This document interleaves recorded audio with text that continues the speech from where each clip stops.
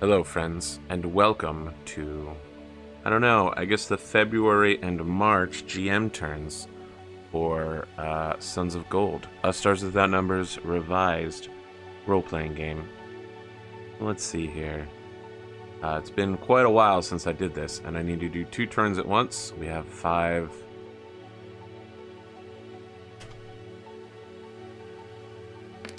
3 and 1d2. So the order is 1, 2, 3, 1. So Zealous is first. Second is Magoday.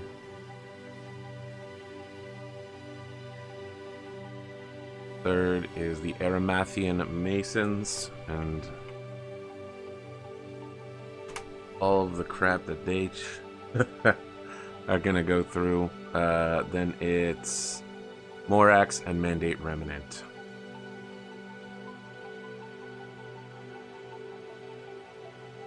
Okay.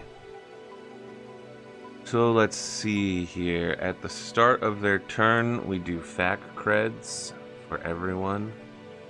Starting with Zealous, their income is 4, which brings them up to 7.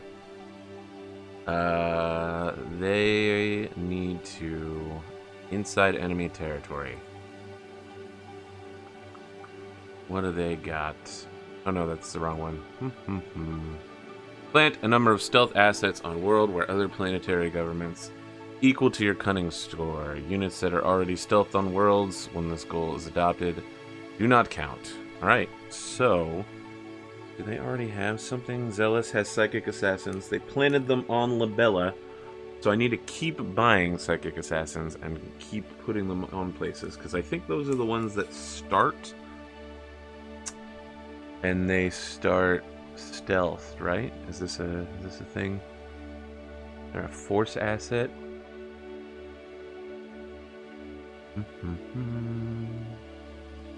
Psychic Assassins start stealth, and they cost 12, so just making some money for a little while. So we have Psychic Assassins on Labella, that's all they're doing. Covert shipping gives what? Just transporting things. Alright, so nothing going on with Zealous this turn. Kind of just a boring, regular-ass turn for them.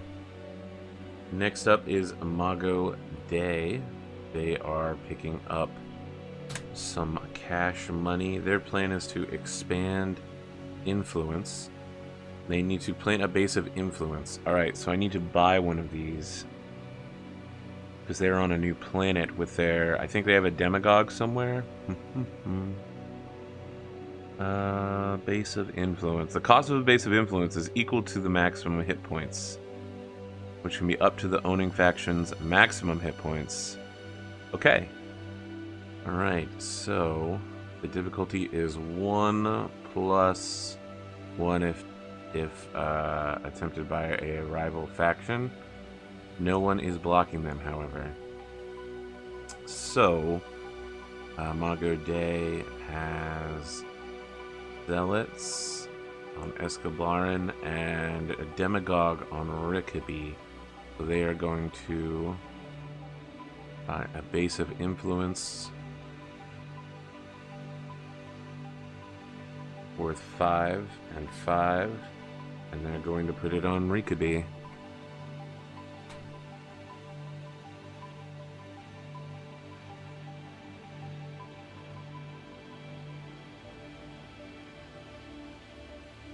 Now that they've done that, they get a difficulty 1, which I guess is 1 experience point. Let's see here.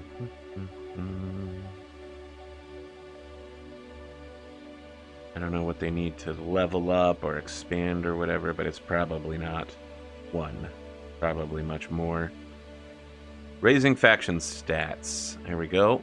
Faction attributes can be raised at the beginning of each turn if enough experience is available. So, and Magoday has experience of 1, and they'll probably need another. It'll just be expand influence again.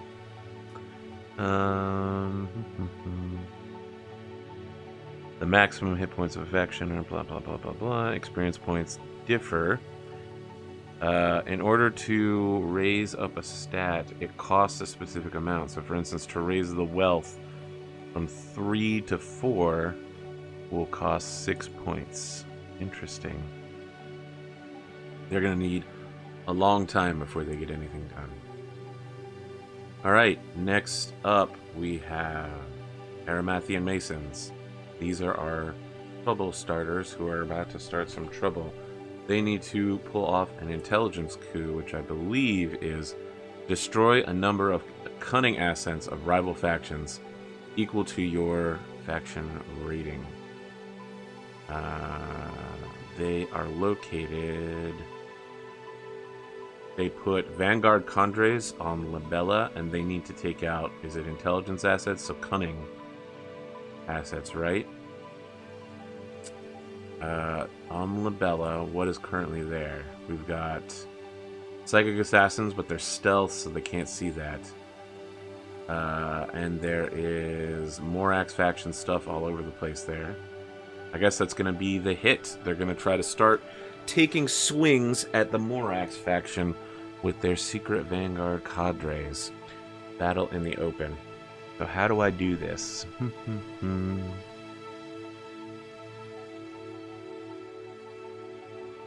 Knowing special cases. Attack.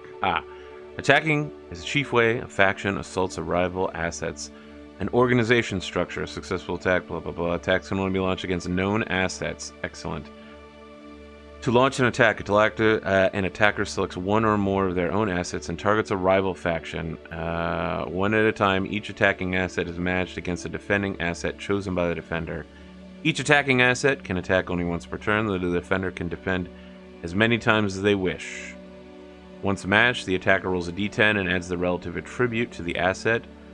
A unit's military attack might add the faction's force rating. Alright, interesting. So, Aerith Masons choose to attack with their stealth Vanguard cadres. I now need to do that, although they could just die here. They are a cunning unit, so Aerith Masons are attacking with a +4, 1d10 +4.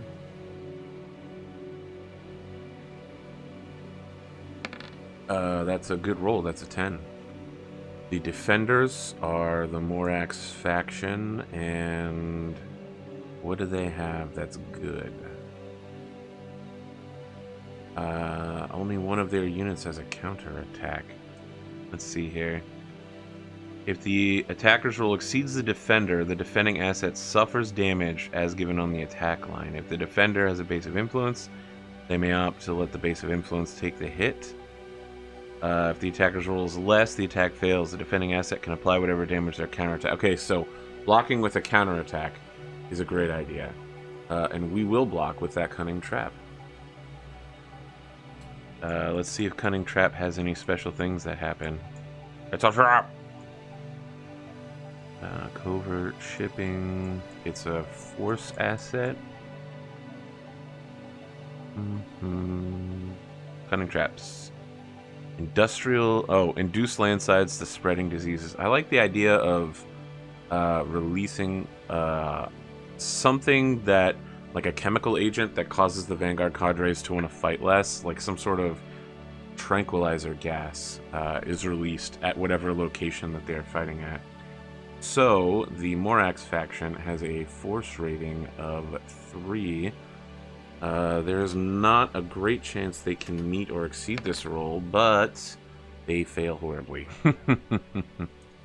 Yes. Alright, so let's go back here. How much damage is done? If the attackers roll, the defender suffers damage as the attack roll of the attacking asset. The attacking asset is Vanguard cadres, which deal 1d6 points of damage.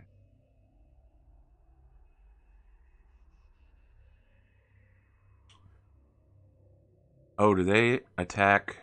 What is this CVC thing? Did I do this wrong?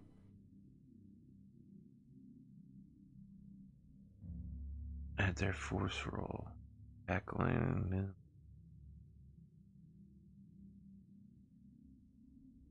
Alright, I think I might have done this slightly wrong. I think that I roll versus the enemy's cunning when they're on defense. Even if they're blocking with the force asset. Either way, the roll was horrible and I would have succeeded. I'm sure someone will correct me in the comment section below. I'm dealing 1d6 points of damage, however. With this cunning trap, they only need to deal 2 points of damage to destroy it, which they do. Cunning trap has been destroyed.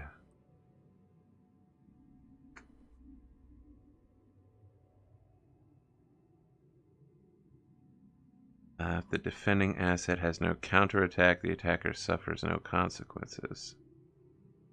Interesting. Alright, well, the Aerith Masons has taken out a force asset and can continue to take out more and more units as they keep swinging. Next up, we have Team Morax. They just got dunked on, which ain't great. And they don't want to attack because their goal is peaceable kingdom. Launch no attacks for 4 turns. They are now going to be in turn 2. No attack. I'm just going to write down turn 2 for relationship. Right, they have harvesters. Owning a harvester may roll 1d6 on a 3+, gain 1 fact cred. So their stuff gets destroyed, but they're still just gaining money. As Morax continues to prepare for a harsh counterattack in the far future, rather than go off right now. I mean, they're thirsty for that XP that they are building towards. Mandate Remnant. The Innatter. They're gonna dump all of their stuff into their goal, which is Wealth of Worlds. Do they have any assets to mess around with, though? They have... Where are we? Mandate Remnant. They have Lobbyists. Commodities Broker. What do you got here? Ah, yes. Their next purchase will be -6 creds. My goodness. That'll be a big one. Yeah, nothing really going on there, but the war has begun. That was a quick turn. How will I write this out for like a news report? Let's start a new thing here. Well, that's German. Well, whoever made this is probably German or Swiss or... I don't know what language that is, really. News reports. Alright, so overall sector is peaceful. However, VI and chassis attacks on Morax installations. The Flower Spaceport were successful attempts to stop intruders with chemical agents. Unsuccessful. And revealed secret chemical agent program by Morax government. Shocking the world. Unknown terrorist group has not claimed credit for attacks. Alright, so that's the news for this month. February. Now we're doing March's turn. The 5, 4, 3, and 2 is 1, 2, 3, 2. So 1 is Zealous. Again, always with the top spot, Zealous. 2 is a Magoday. Spot 3 is Aerith Masons. this the exact same turn again? 2 is Mandate Remnant. It's very close. The final one will be Morax. Alright, Zealous is up first. Up to 11 fat creds. Which is still not enough to buy a Psychic Assassin. How unfortunate. Which means he's just sitting pretty in his carrier, doing weird things and saying weird things, and maybe scaring the player characters with nonsensical gibberish. Next up, Magoday. They get risen up to 7 fat creds. They need to spend the turn moving around. We've got Zealots on Escalabaron. So I guess I can just go ahead and buy an influence, base of influence there, and get another... Oh, that should be what I'm talking about for this news report, is that the religion is spreading at high speed. And this will be on Edza and Escalabaron. So they're down 5 back creds again. 2.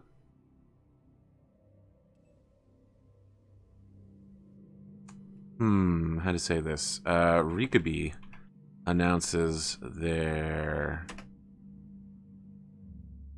newfound appreciation for Magoday and have freed all their VI chassis, VI workers, to join the Magoday movement. Foremen at the spaceport now report morale and work conditions better than ever. Newfound technical specifications and knowledge are pouring from Rikaby's long closed borders. In a swell of support, the impoverished people of Edza in the Escalabaron system have also declared freedom for VI after the ill-fated attack on the Scipio Africanus, throwing their support behind the growing Magoday movement. What a time to be alive. Aerith Masons are up next. Time to cause some problems. They're up to $9 bills. Can they get like another Vanguard cadre or something? Let's figure that out. Vanguard cadre. Their cost rating is 8. Yes, they can. Sounds perfect. So, they have to buy them on a place that they already have a thing. So they're going to have to buy them on Raretar. They come in stealth.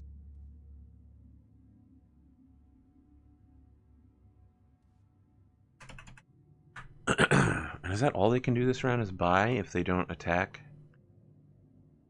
You only get 1 action.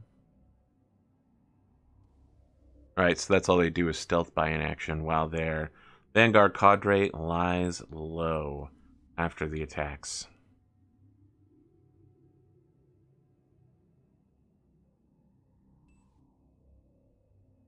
Attacks on the spaceport. On the capital spaceport of Labella have lain low, leading to some to dismiss the first wave of attacks. Nothing more than a lucky fluke or some sort of military exercise by the Morax government to push or funding for the... What was the name of the ship? Ah, yes, Enterprise. The Fleet Cruiser Enterprise.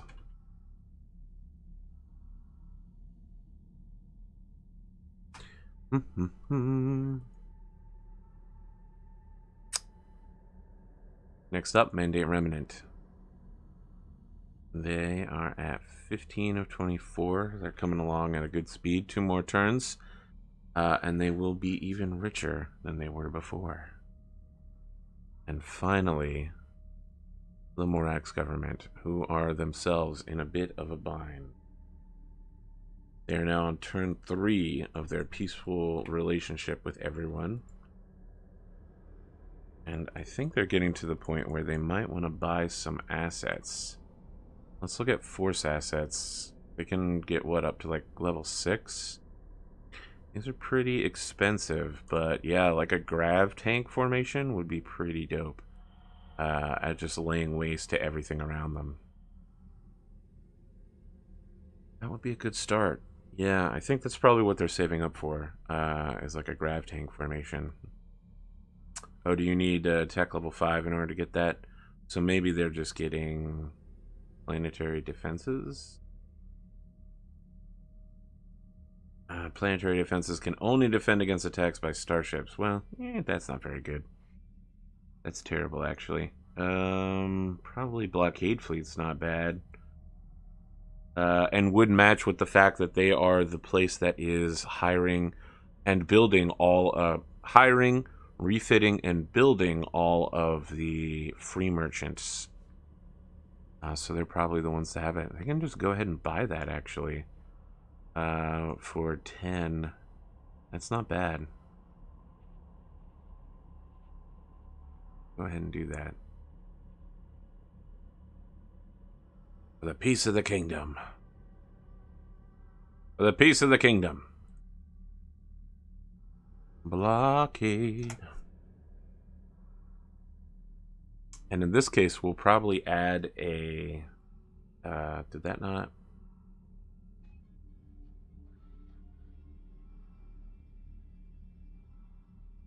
Oh, you know what? It's probably because I deleted the thing that was in that line. That was a mistake. I bet you if I put it here, blockade runners, it'll pop up. Yep, I made a mistake by deleting these out. I should have just emptied them. All right. In response to recent threats, the Morax government refuses to expand its own military forces from pressure from the citizenry, and instead is hiring up contracts of free merchant traders and independent starships. Somehow the players can get involved, perhaps find and fight the Vanguard cadres themselves. All right, thank you for joining me. That's where we're at in March of 3200. An exciting time to be alive, almost. Still not a super amount happening, but next round we'll once again have swings from the Aerith Masons, and soon enough, Morax is going to be done playing Peacemaker, and we'll be here burning up the entire galaxy with war, swearing vengeance against the Aerith Masons. Have a good afternoon.